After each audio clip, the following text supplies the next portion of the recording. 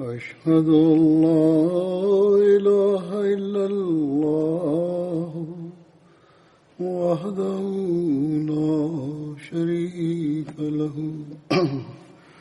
وأشهد أن محمدا عبده ورسوله أما بعد فأعوذ بالله من الشيطان الرجيم بسم الله الرحمن الرحيم الحمد لله رب العالمين الرحمن الرحيم مالك يوم الدين إياك نعبد وإياك نستعين اهدنا الصراط المستقيم صراط الذين أنعمت عليهم غير المغضوب عليهم ولا الضالين.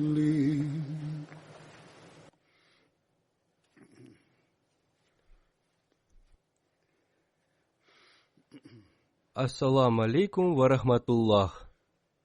В прошлой пятничной проповеди я начал рассказывать о Хазрате Абдурахмане бин Ауфе, да будет доволен им Аллах. И сегодня я продолжу свой рассказ о нем. Он очень много жертвовал своим имуществом, и его щедрость была широко известна. Большая часть сегодняшней проповеди будет именно об этом. Повествуется, что Хазрат Абдурахман после себя оставил завещание о пожертвовании 400 динаров каждому участнику битвы при Бадре. В то время в живых оставалось около 100 этих сподвижников, и его завещание было исполнено.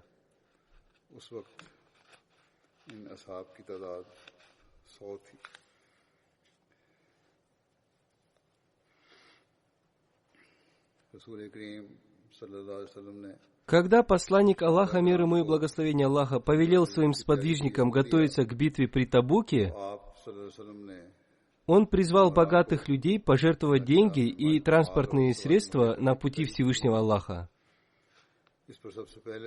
Хазрат Абу Бакр, да будет доволен им Аллах, пожертвовал все свое имущество в сумме 4000 дирхемов. Посланник Аллаха, мир ему и благословение Аллаха, спросил его: «Оставил ли ты что-нибудь для своего дома?» Он ответил: «У себя дома я оставил только имя Аллаха и его посланника». Хазрат Умар, да будет доволен им Аллах, пожертвовал половину всего своего имущества, и когда посланник Аллаха, мир ему и благословение Аллаха, спросил его, оставил ли он что-либо своей семье, он ответил: «Я оставил своей семье ровно половину своего имущества». Хазрат Абдурахман бин Ауф, да будет доволен им Аллах, пожертвовал 100 оки. Одна оки равна 40 дирхемам.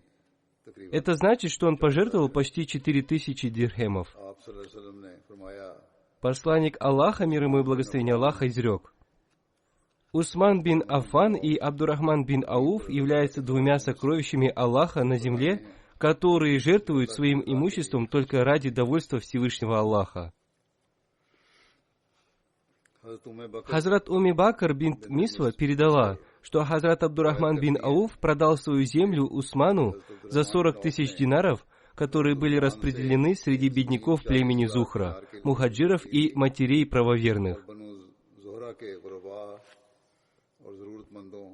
Хазрат Умми Бакр сказала: «Я принесла Айше ее долю из имущества Абдурахмана, и она спросила меня: кто это послал?» Я ответила, что это деньги от Абдурахмана, и она сказала, что посланник Аллаха, мир ему и благословение Аллаха, говорил своим женам: «Никто не поможет вам, кроме терпеливых». Затем она вознесла мольбу со словами: «О Аллах, Пусть Абдурахман будет пить питье в раю из родника Сальсабиль.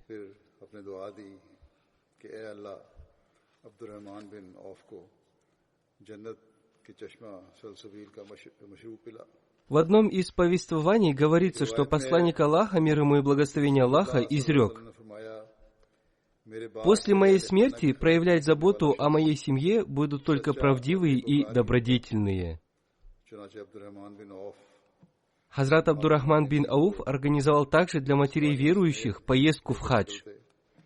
Он установил верхом на верблюдицах планкины для соблюдения парды и всегда делал остановку в таких местах, где можно было соблюсти правила парды и свободного общения матерей верующих между собой.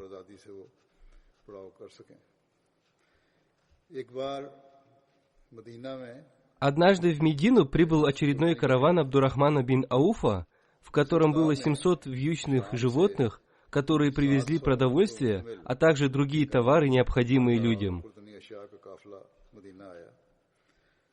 Верблюдов было так много, что когда караван вступил на территорию Медины, земля в городе задрожала под их копытами. Хазрат Айша воскликнула: «Что это за шум и сотрясение?» Ей сказали: «Это караван Абдурахмана ибн Ауфа, в котором 700 верблюдов привезли пшеницу, муку и другие продукты». Хазрат Айша, да будет доволен ею Аллах, воскликнула: «Да будет благословение Аллаха в том, чем Он наградил его в этом мире, и да будет награда его более великой в ином мире. Я слышала, как посланник Аллаха говорил: наградой Абдурахману ибн Ауфу будет то, что он попадет в рай».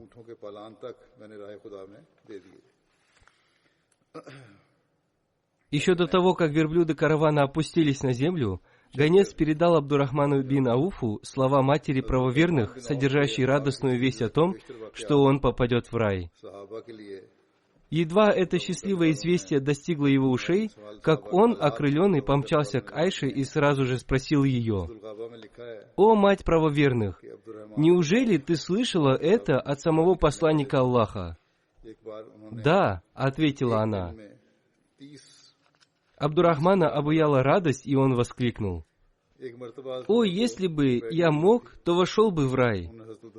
Затем, встав во весь свой рост, он сказал: «Я торжественно свидетельствую, о мать правоверных, весь этот караван со всем грузом, вьюками и поклажей я жертвую во имя Аллаха». В книгах о жизнеописании сподвижников написано о пожертвованиях Хазрата Абдурахмана бин Ауфа. Так, в книге под названием «Асадуль-Габа» написано о том, что Хазрат Абдурахман бин Ауф много жертвовал на пути Всевышнего Аллаха. Однажды он в день освободил 30 рабов. В другой из дней случилось так, что Хазрату Умару понадобились деньги, и он спросил их в долг у Хазрата Абдурахмана бин Ауфа, который сказал ему: «О повелитель правоверных, почему вы спрашиваете об этом меня? Ведь вы можете взять эти средства из Байтуль-Мал казны, или у Усмана, или другого богатого человека». Хазрат Умар сказал: «Если я возьму что-нибудь из Байтуль-Мал или у другого человека, вполне возможно, что я могу забыть вернуть их, и этот человек не будет требовать их от меня. Однако я знаю, что ты все равно потребуешь их у меня, даже если я забуду об этом». Это говорит о том, что между ними были дружеские отношения, и когда Хазрат Умар в чем-либо нуждался, он всегда спрашивал у Хазрата Абдурахмана. Ибрагим бин Абдурахман бин Ауф со слов своего отца повествует: посланник Аллаха, мир ему и благословение Аллаха, изрек: «О Ибн Ауф, ты войдешь в рай ползком, ведь ты богат. Поэтому расходуй на пути Всевышнего Аллаха, чтобы войти в рай на своих ногах». Это повествование похоже на повествование Хазрат Айши. Хазрат Абдурахман бин Ауф спросил: «О посланник Аллаха, что я должен расходовать на пути Всевышнего Аллаха?» Посланник Аллаха, мир ему и благословение Аллаха, сказал: «Расходуй то, что есть у тебя». Он спросил: «Все, чем я владею?» Посланник Аллаха, мир ему и благословение Аллаха, сказал: «Да». Таким образом, Хазрат Абдурахман бин Ауф ушел оттуда с намерением жертвовать всем, что у него есть. Спустя некоторое время посланник Аллаха, мир ему и благословение Аллаха, позвал к себе Хазрата Абдурахман бин Ауфа и сказал: «Ко мне пришел ангел Джабраил, мир ему, и сказал: передай Абдурахману, чтобы он проявлял гостеприимство, кормил бедных и жертвовал нуждающимся. Но сначала он должен сделать это для своих родственников. Если он сделает так, то его имущество будет очищено. После этого он войдет в рай не на своих коленях, а на своих ногах».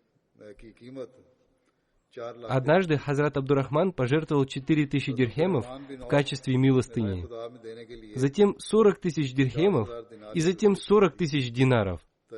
Затем он снабдил армию на пути Всевышнего Аллаха 500 лошадьми, затем 500 верблюдами.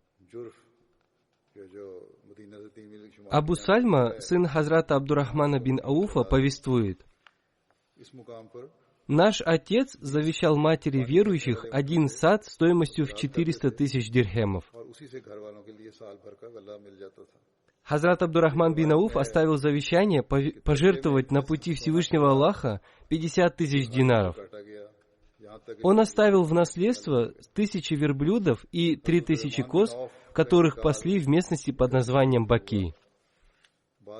Он занимался сельским хозяйством в местности Джуруф, оно находится в 3 милях от Медины. Хазрат Умар тоже имел землю в этой местности. В этой местности Хазрат Абдурахман бин Ауф сажал различные сельскохозяйственные культуры с помощью 20 верблюдов, которые ввозили на себе воду из колодца. С этой земли он получал доход на весь год. В одном из повествований говорится о том, что он оставил после себя много слитков золота, которые кололи топором. Их кололи до такой степени, что руки людей, коловших их, покрывалось волдырями. Хазрат Абдурахман бин Ауф умер в 31 году по хиджре. Согласно нескольким другим повествованиям, в 32 году по хиджре в возрасте 72 лет. Согласно другим повествованиям, в возрасте 78 лет. Он был похоронен на кладбище Джанатуль-Баки. Хазрат Усман совершил его погребальную молитву. В другом повествовании говорится, что его погребальную молитву совершил Хазрат Зубейр бин Аввам. После его смерти Хазрат Саад бин Малик, стоя у его изголовья, сказал: «Как жаль, ведь от нас ушел человек, подобный горе». Хазрат Али сказал: «Абдурахман бин Ауф ушел из этого мира. Он всегда пил из родников этого мира чистую воду, и он оставил ее после себя замутненной». Или можно сказать, что Ибн Ауф видел чистую эпоху и ушел до прихода плохих времен. Хазрат Абдурахман бин Ауф умер, оставив 3 жен. Каждой из его жен передали 8-ю часть от его наследства, которая составляла сумму 8-10 тысяч дирхемов. В другом повествовании говорится о том, что он оставил 4 жен, и каждая из них унаследовала по 84 тысячи дирхемов. Следующий сподвижник Хазрат Саад бин Мауз, да будет доволен им Аллах. Он был из племени Бану Абдуль-Ашхаль, которое было ветвью племени Бану Ауз. Он был вождем племени Ауз. Его отца звали Муаз бин Науман. Его мать звали Капша бин Трафи. Она тоже была сподвижницей посланника Аллаха, мир ему и благословение Аллаха. Хазрат Саад бин Муаз был известен по кунье Абу Амр. Его супругу звали Хинд бин Самад, она тоже была сподвижницей посланника Аллаха, мир ему и благословение Аллаха. Их сыновей звали Амар и Абдулла. Хазрат Саад бин Муаз и Хазрат Усейд бин Узейр приняли ислам посредством Хазрата Мусы бин Умира. Хазрат Муса бин Умейр прибыл в Медину еще до принесения 2-го обета верности в Акабе. Он призывал людей к исламу и читал им священный Коран. Когда Хазрат Саад бин Муаз принял ислам, обратившись к своему племени, он сказал: «Я не буду говорить с вами до тех пор, пока вы не примете ислам». В результате все его племя приняло ислам. Племя Абдуль-Ашаль было первым племенем из ансаров, которое полностью приняло ислам. Хазрат Саад бин Муаз привел Хазрата Мусу бин Умейра и Асхада бин Зурару к себе домой, и из его дома они проповедовали ислам.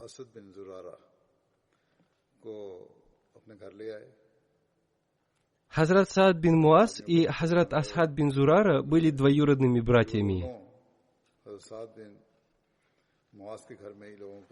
Они вместе разбили идолов племени Бану Абдуль-Ашхаль. Они разбили идолов своего племени, когда оно полностью приняло ислам. Посланник Аллаха, мир ему и благословение Аллаха, сделал Хазрата Саада бин Муаза побратимом Хазрат Саада бин Аби Вакаса. Согласно другим повествованиям, он сделал его побратимом Хазрата Абу Убайды бин Джарраха.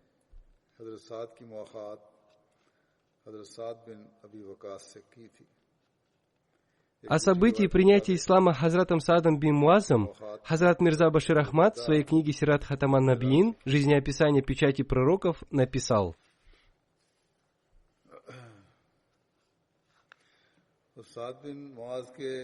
уезжая из Мекки, эти 12 новообращенных мусульман просили: «Пожалуйста, пришлите к нам исламского наставника, который мог бы научить нас исламу и проповедовать его нашим братьям из числа идолопоклонников». Посланник Аллаха, мир ему и благословение Аллаха, отправил к ним Мусаба бин Умейра, очень набожного молодого человека из племени Абдудар.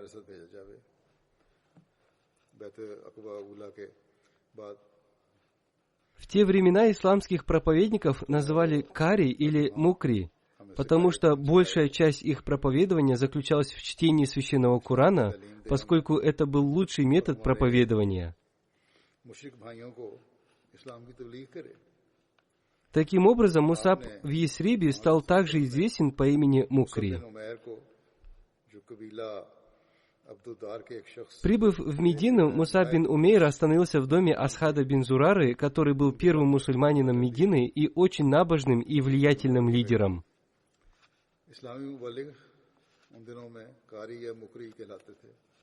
Его дом был превращен в центр проповедования, и Мусаб с полным вниманием начал исполнять свои обязанности.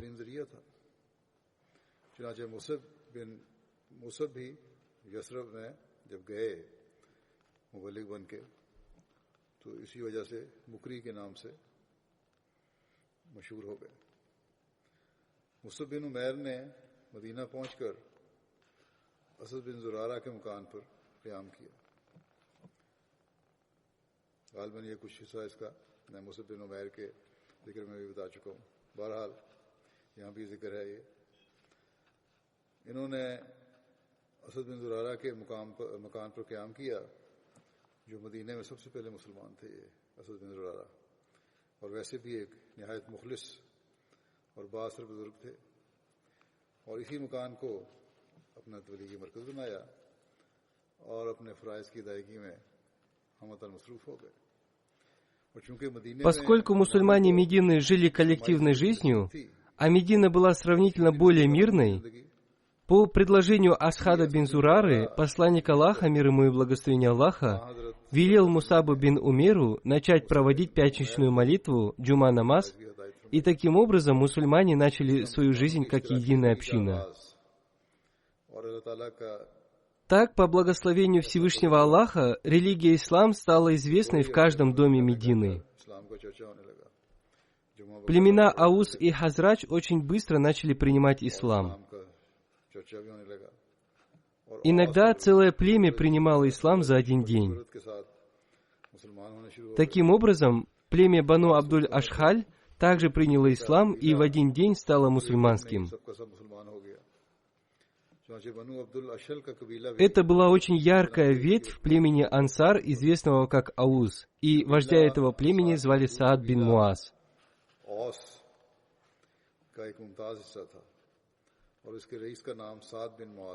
Он был не только вождем племени Абдуль-Ашхаль, но и вождем всего племени Ауз.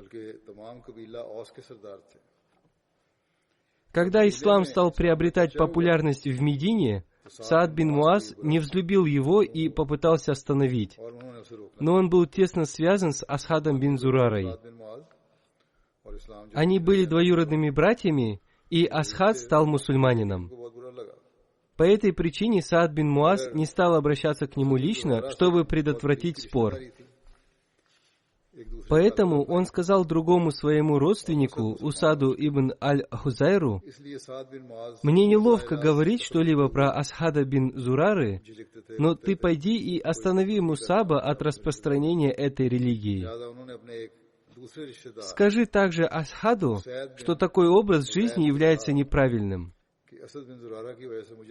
Усайд был одним из почтенных вождей племени Абдуль-Ашхаль, и его отец оставался вождем всего племени Аус во время битвы при Буасе.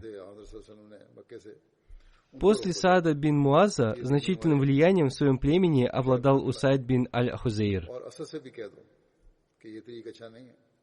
Прибыв к Мусабу бин Умейру, он гневно сказал: «Почему ты делаешь наших людей вероотступниками? Прекрати это дело, иначе тебе будет плохо».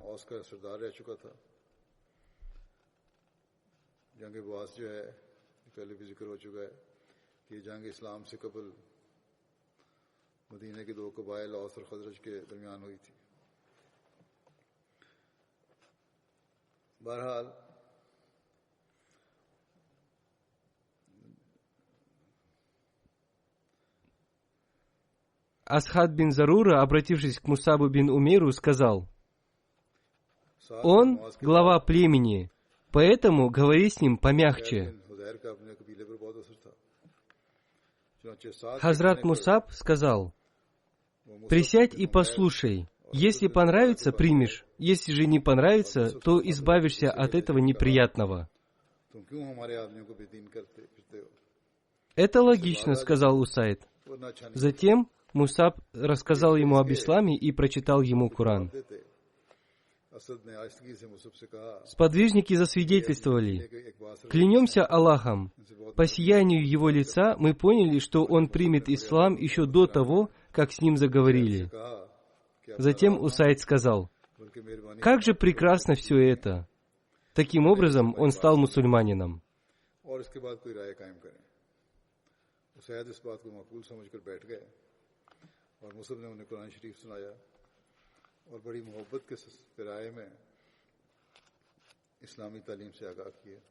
Затем он сказал: «Поистине, есть у меня человек, если он последует за вами, то не останется никого из его племени, кто бы не присоединился к нему.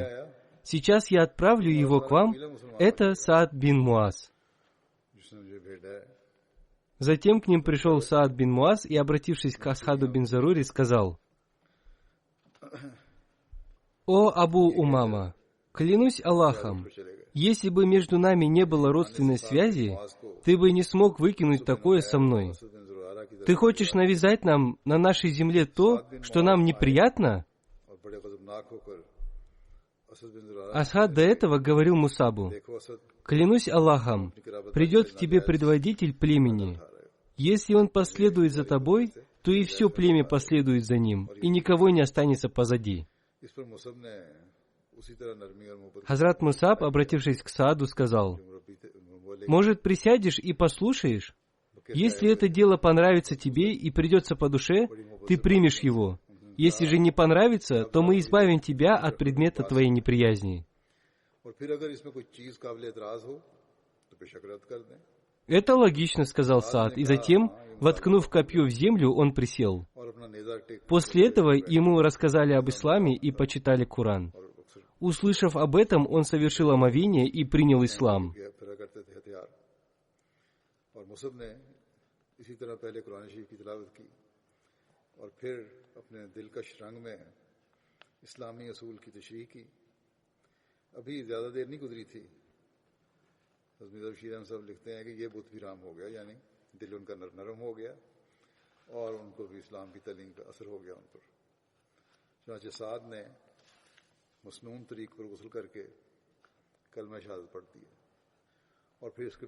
После этого Хазрат Саад бин Муаз и Усейд бин аль-Хузейр отправились к своему племени.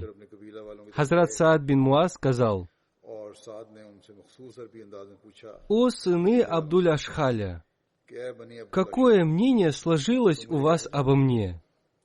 Они ответили: «Вы наш вождь и сын вождя. Мы доверяем вам».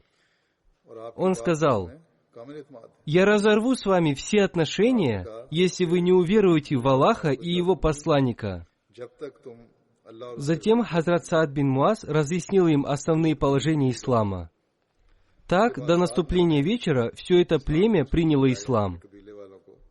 Таким образом, Хазрат Саад и Хазрат Усайд своими собственными руками разбили идолов своего народа.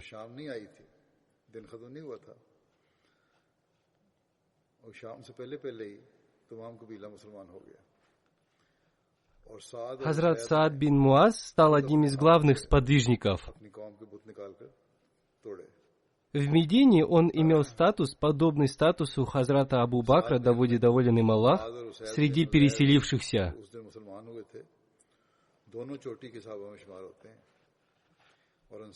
Это был очень искренний, преданный и сильно любящий посланника Аллаха, мир ему и благословение Аллаха, молодой человек. Когда он умер, посланник Аллаха, мир ему и благословение Аллаха, сказал: «Когда Саад умер, содрогнулся трон Всевышнего Аллаха».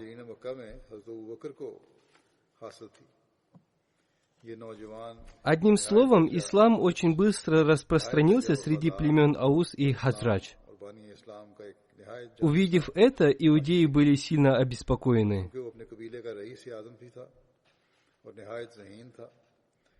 Еще в одном месте в своей книге «Сират Хатаман Набиин. Жизнеописание печати пророков» Хазрат Мирза Башир Ахмад написал: «Прошло не так много времени, как посланник Аллаха, мир ему и благословение Аллаха, прибыл в Медину, когда курайшиты прислали угрожающее письмо, адресованное Абдулле ибн Убаю ибн Салюлю, вождю племени Хазрадж и его идолопоклонникам. В этом письме говорилось: «Откажитесь от защиты Мухаммада, иначе...» Далее это письмо гласило: «Ты дал защиту одному из наших людей, то есть Мухаммаду, и мы клянемся именем Аллаха, что ты либо покинешь его, либо объявишь ему войну, или, по крайней мере, изгонишь его из своего города. Если нет, то мы соберем всю нашу армию и нападем на вас. Мы убьем ваших людей и возьмем ваших женщин в плен. Мы завладеем ими и сделаем их законными для себя». Когда это письмо дошло до Медины, Абдулла и его спутники, которые уже затаили в своих сердцах глубокую вражду против ислама, приготовились к войне против посланника Аллаха, мир ему и благословение Аллаха.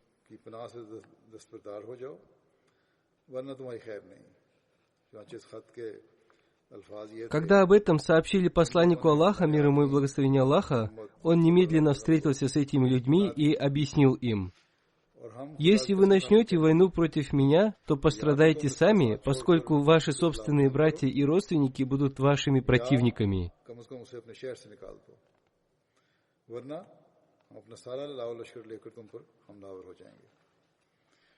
Другими словами, мусульмане из племени Аус и Хазрадж будут на моей стороне при любых обстоятельствах. Следовательно, ведение войны против меня означает то, что вы поднимете меч против своих собственных сыновей, братьев и отцов. А теперь решайте сами.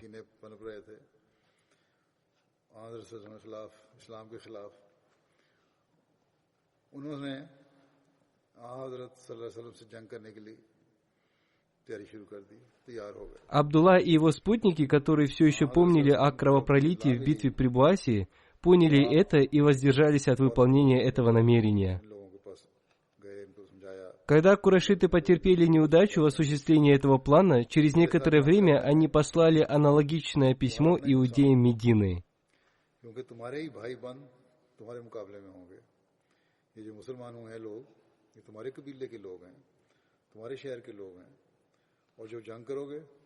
На самом деле, целью курайшитов было стереть с лица земли все следы ислама.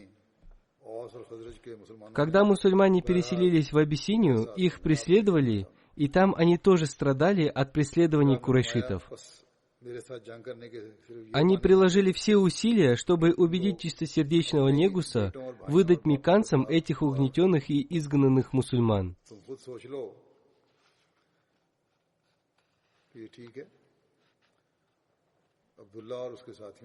Затем, когда посланник Аллаха, мир ему и благословение Аллаха, переселился в Медину, курайшиты преследовали его и приложили все свои силы, пытаясь арестовать его.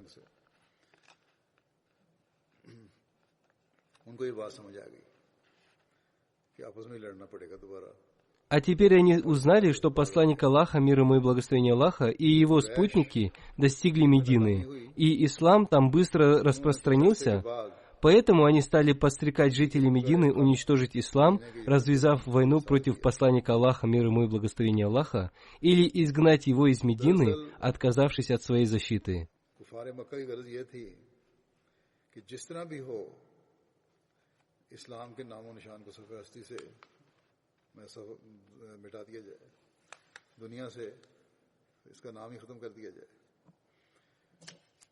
मुसलमान उनके मज़ालम से तंग आकर हबशा गए, जो पहली हिजरत हुई थी हबशा की, तो वहाँ उन्होंने उनका पीछा किया। काफिरों ने तो हमेशा यही कोशिश की थी ना, पहले दिन से ही, और इस बात की कोशिश में अपनी इंतहाई ताकत सर्फ कर दी कि नेक दिल नजाशी इन मजलूम गरीब वतनों को मक्का वालों के हवाले कर दे।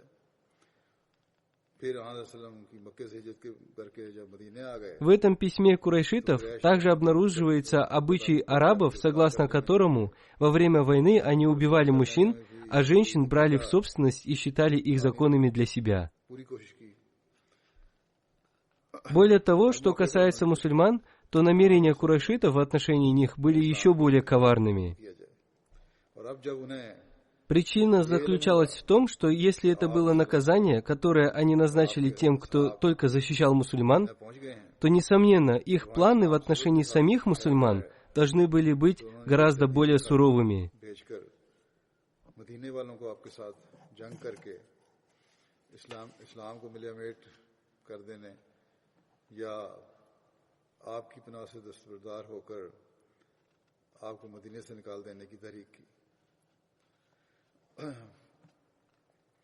कुरैश के इस खत से बशीर साहब लिखते हैं कि ये खत जो लिखा था, अरब की इस रस्म पर भी रोशनी पड़ती है कि वो अपनी जंगों में दुश्मनों के साथ दुश्मन के सारे मर्दों को कत्ल करके उनकी औरतों पर कब्जा कर लिया करते थे और फिर उनको अपने लिए जायज़ समझते थे। और नीज़ ये कि मुसलमानों के मुतालिक उनके इरादे इससे भी ज़्यादा ख़तरनाक थे, क्योंकि जब ये सज़ा उन्होंने मुसलमानों को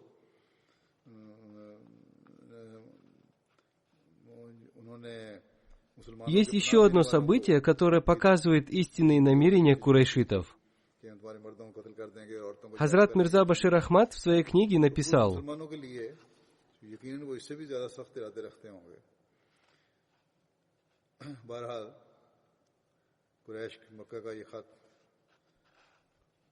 спустя некоторое время после переселения, Саад ибн Муаз, который был главным вождем племени Ауз, стал мусульманином и отправился в Мекку с намерением совершить умру.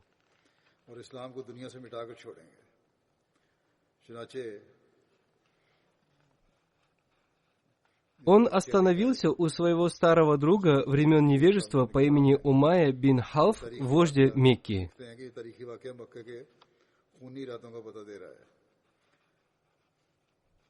Поскольку он знал, что мекканцы будут провоцировать его, чтобы избежать ссоры, он сказал Умайе: «Я хочу совершить обход вокруг Каабы. Возьми меня с собой в такое время, когда я смогу спокойно исполнить свой долг и вернуться на родину».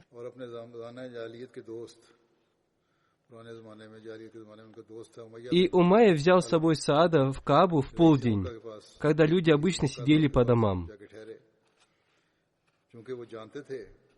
Однако случилось так, что именно в это время там появился и Абу Джахль, и как только он увидел Саада, его глаза налились кровью от ярости. Но, подавив свой гнев, он обратился к Сааду со словами: «О Абу Сафван, кого ты сопровождаешь?» «Это Саад бин Муаз, вождь племени Ауз», — ответил Умайя. После этого Абу Джахль, с яростью обратившись к Сааду, сказал: Неужели ты думаешь, что, предоставив защиту этому отступнику, то есть Мухаммаду, ты сможешь спокойно совершить обход вокруг Каабы? И ты веришь, что у тебя хватит сил защитить и поддержать его? Клянусь Богом, если бы тебя не сопровождал Абу Сафван, ты бы не смог благополучно вернуться домой.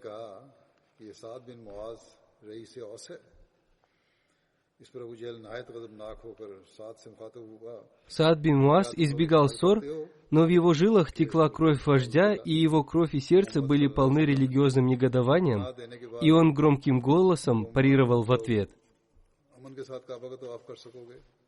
«Клянусь Аллахом, если вы будете препятствовать нам совершить обход вокруг Каабы, то помните, что тогда и вы тоже не будете в безопасности на вашем сирийском торговом пути».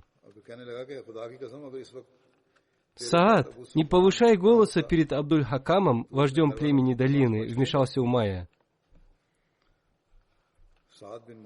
«Держись подальше от этого, Умайя», — ответил Саад. «Не вмешивайся. Клянусь Аллахом, я не могу забыть пророчество посланника Аллаха, что однажды ты будешь убит от руки мусульманина».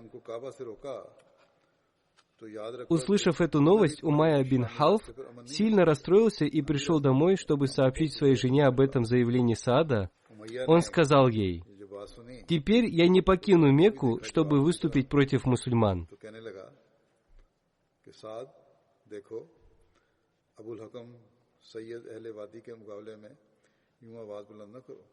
Однако предопределение Аллаха должно было быть исполнено. Во время битвы при Бадре Умайя был вынужден покинуть Мекку и был убит там руками мусульман, получив воздаяние за свои злодеяния. Это был тот самый Умайя, который безжалостно преследовал Хазрата Биляла за то, что он принял ислам.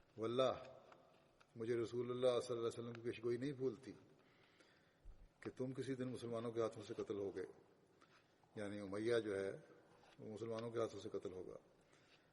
ये खबर सुनकर उमैया बिन खलफ सख्त घबरा गया और घर में आकर उसने अपनी बीवी को साद की इससे बात से इतला दी और कहा, खुदा की कसम, मैं तो अब मुसलमानों के खिलाफ मक्के से नहीं निकलूंगा। ये यकीन था कि आन रसूल ने बात की है और हमेशा आपकी बातें पूरी होती हैं, तो ये मेरे खिलाफ मतलब भी बात पूरी हो जाएगी। लेकिन तकदीर के नुश्ते पूरे होने थे। बदर के मौके पर उमैया को मजबूरन मक्के से निकलना पड़ा और वहीं वो मुसलमानों के हाथ से कत्ल होकर अपने कैफे किरदार को पहुंचा। ये उमैया वही था जो बिलाल पर इस्लाम की वजह से नहायत सख्त मुज़ालम किया करता था। सही बुखारी की Хазрат Абдулла бин Масуд в хадисе Бухари повествует: Хазрат Саад бин Муаз отправился в Мекку с намерением совершить умру. Там он жил в доме Умайя бин Халфа Абу Сафана. Они были старыми друзьями. Умайя по дороге в Сирию, приезжая в Медину, тоже останавливался в доме Хазрата Саада бин Муаза. Хазрат Саад бин Муаз останавливался у него, чтобы спокойно совершить умру. Когда Хазрат Саад сообщил об этом Умайе, он сказал: «Подожди немного, ты совершишь обход вокруг Каабы в полдень, когда люди будут в своих домах». Когда он стал совершать обход вокруг Каабы, там появился Абу Джахл. Он спросил: «Кто совершает обход вокруг Каабы?» Хазрат Саад ответил сам: «Это я, Саад».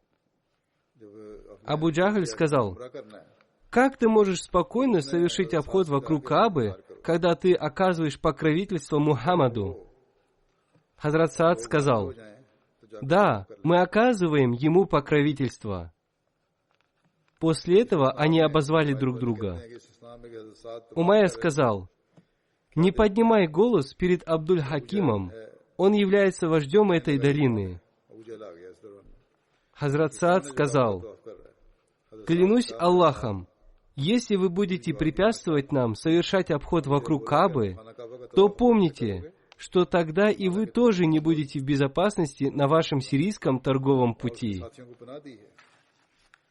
Умайя все время успокаивал Хазрата Саада, который разгневался и сказал: «Не нужно останавливать меня. Дай мне поговорить с Абу Джахлом».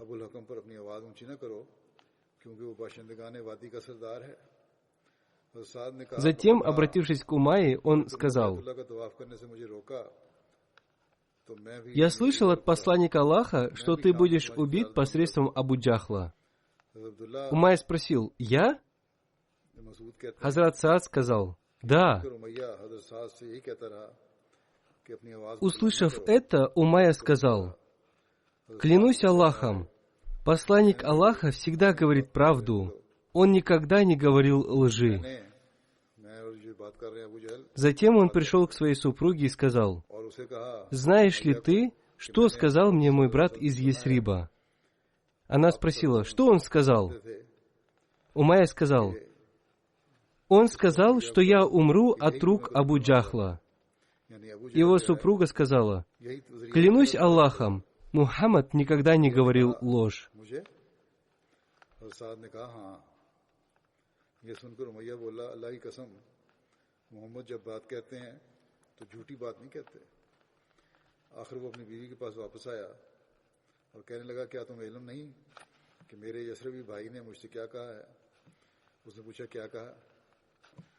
उमैया ने कहा, कहता है कि उसने मोहम्मद सल्लल्लाहु अलैहि वसल्लम से सुना है कि वो कहते हैं कि अबू जहल ही मेरा कातिल होगा। उसकी बीवी ने कहा, अल्लाह की कसम, मोहम्मद तो झूठी बात नहीं किया करते सल्लल्लाहु अलैहि वसल्लम। हज़रत अब्दुल्लाह बिन मसूद कहते थे कि जब वो बदर की तरफ निकले, Далее повествуется, когда они вышли на поле битвы при Бадре, некий человек пришел к Умайе, и супруга Умайи сказала ему: «Разве ты не помнишь, что сказал тебе твой брат из Ясриба?»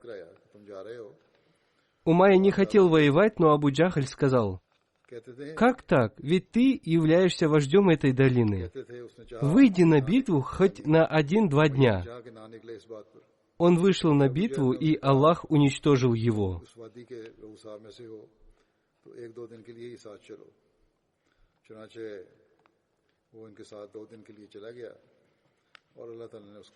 В другом повествовании относительно его убийства говорится: Хазрат Саад, обратившись к Умайе, сказал: «Клянусь Аллахом, я слышал от посланника Аллаха, что тебя убьют его сподвижники».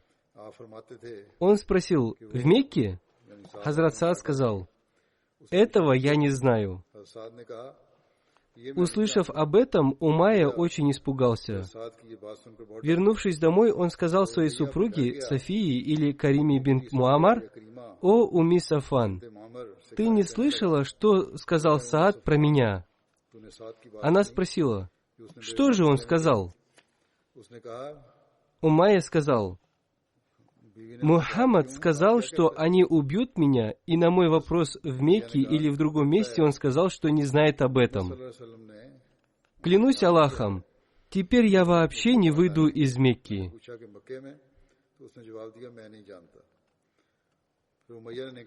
Во время битвы при Бадре Абу Джахль просил людей выйти на битву. Он также сказал Умайе выйти на битву ради спасения его каравана. Умайя сначала не хотел выходить, и Абу Джахл послал за ним одного человека, но когда Умайя не пришел, Абу Джахль сам пришел к нему и сказал: «Когда люди увидят, что ты остался позади, они тоже не выйдут на битву, ведь ты являешься одним из вождей».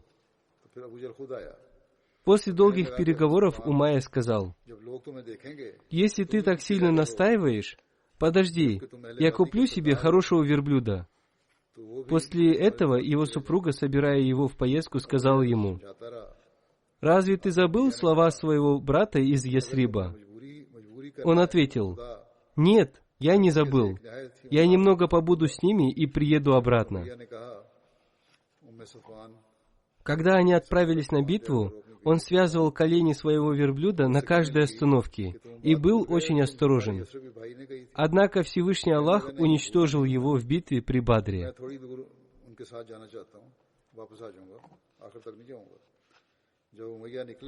О событии его убийства уже было рассказано мной в одном месте. В своей предыдущей проповеди я рассказал об этом и в связи с повествованием о Хазрате Абдурахмане бин Ауфе, когда Хазрат Билял с помощью ансаров убил его.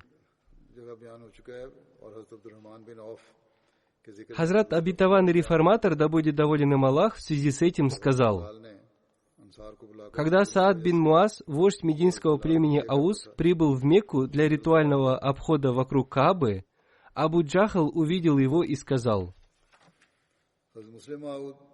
«Неужели ты полагаешь, что после того, как ты предоставил приют этому отступнику Мухаммаду, ты можешь так просто являться в Мекку и мирно обходить вокруг Каабы? И ты полагаешь, что сумеешь защитить и спасти его? Клянусь Богом, если бы это не касалось Абу Сафвана, ты бы не вернулся живым к своей семье». Саад бин Муаз ответил: «Услышь это от меня. Если вы, мекканцы, будете препятствовать нам приезжать и совершать обход вокруг Каабы, то не будет вам мира на вашем пути в Сирию». Хазрат Саад бин Муаз вместе с посланником Аллаха, мир ему и благословение Аллаха, принимал участие в битвах при Бадре, при Ухуде и в битве Урва. В битве при Бадре знамя племени Аус было в руках Хазрата Саада бин Муаза. Его страстную любовь к посланнику Аллаха, мир ему и благословение Аллаха, можно было увидеть благодаря событию, произошедшему во время битвы при Бадре, во время которого он поделился своим мнением с посланником Аллаха, мир ему и благословение Аллаха. Хазрат Мирза Башир Ахмад в своей книге «Сират Хатама Набиин» написал: когда сподвижники достигли Сафрана, проходя через одну из сторон долины Сафра, которая находится недалеко от Бадра, было получено известие о том, что большая армия курайшитов выступила из Мекки.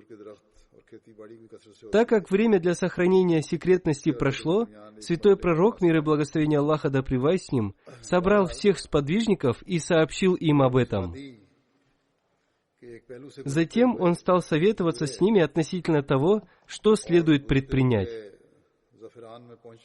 Некоторые сподвижники заявили: «О посланник Аллаха, с учетом наших имеющихся средств представляется более уместным противостоять каравану, потому что мы еще не полностью подготовились для сражения с армией курайшитов». Но святой пророк, мир и благословение Аллаха да пребывает с ним, не одобрил это предложение. Когда они вышли из Медины, большинство сподвижников не знали, что там может состояться битва.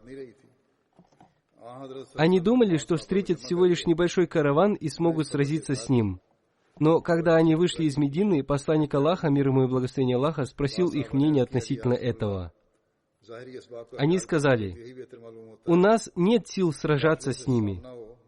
Посланнику Аллаха, мир ему и благословение Аллаха, не понравилось их мнение.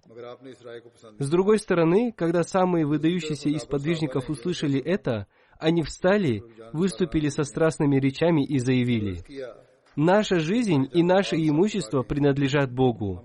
Мы предлагаем себя для служения на любом поле битвы».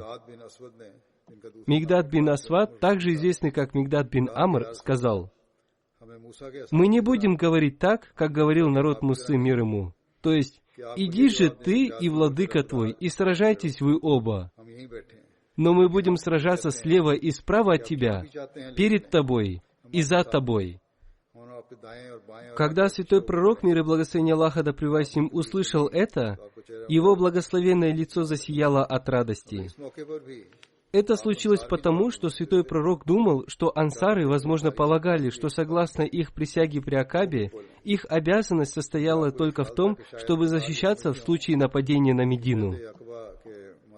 Поэтому, несмотря на такие страстные обращения, святой пророк, мир и благословение Аллаха да пребывает с ним, продолжил искать совет относительно того, что должно быть сделано. Саад бин Муаз, вождь племени Аус, понял это желание святого пророка, мир и благословение Аллаха да пребывает с ним, и сказал от имени ансаров следующее: «О посланник Аллаха, возможно, вы ищете нашего совета. Клянусь Богом, если мы поверили в вас, как в правдивого пророка, и принесли вам баят, клятву верности, идите, куда вы пожелаете, и мы пойдем вместе с вами. Мы клянемся той сущностью, которая не спаслала вас с истиной, что если вы прикажете нам погрузиться в море, мы погрузимся в него, и ни один из нас не станет удерживать себя. Даст Бог, вы найдете нас стойкими в битве и засвидетельствуете это восторгом своих глаз». Когда посланник Аллаха, мир ему и благословение Аллаха, услышал эти слова, он обрадовался и сказал: «Тогда идите во имя Аллаха, потому что Аллах обещал мне, что Он обязательно дарует нам одно из двух, либо караван, либо победу над вражеской армией.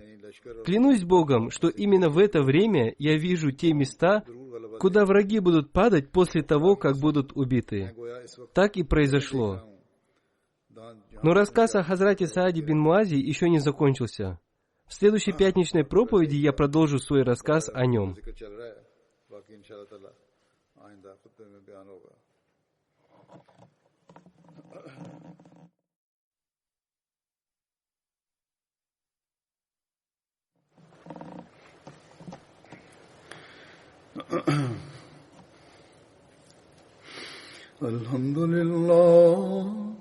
الحمد لله نحمده ونستعينه ونستغفره ونؤمن به ونتوكل عليه ونعوذ بالله من شرور أنفسنا ومن سيئات أعمالنا من يهده الله فلا مضل له ومن يضلل فلا هادي له ونشهد أن لا إله إلا الله ونشهد أن محمدا عبده ورسوله عباد الله رحمكم الله إن الله يأمر بالعدل والإحسان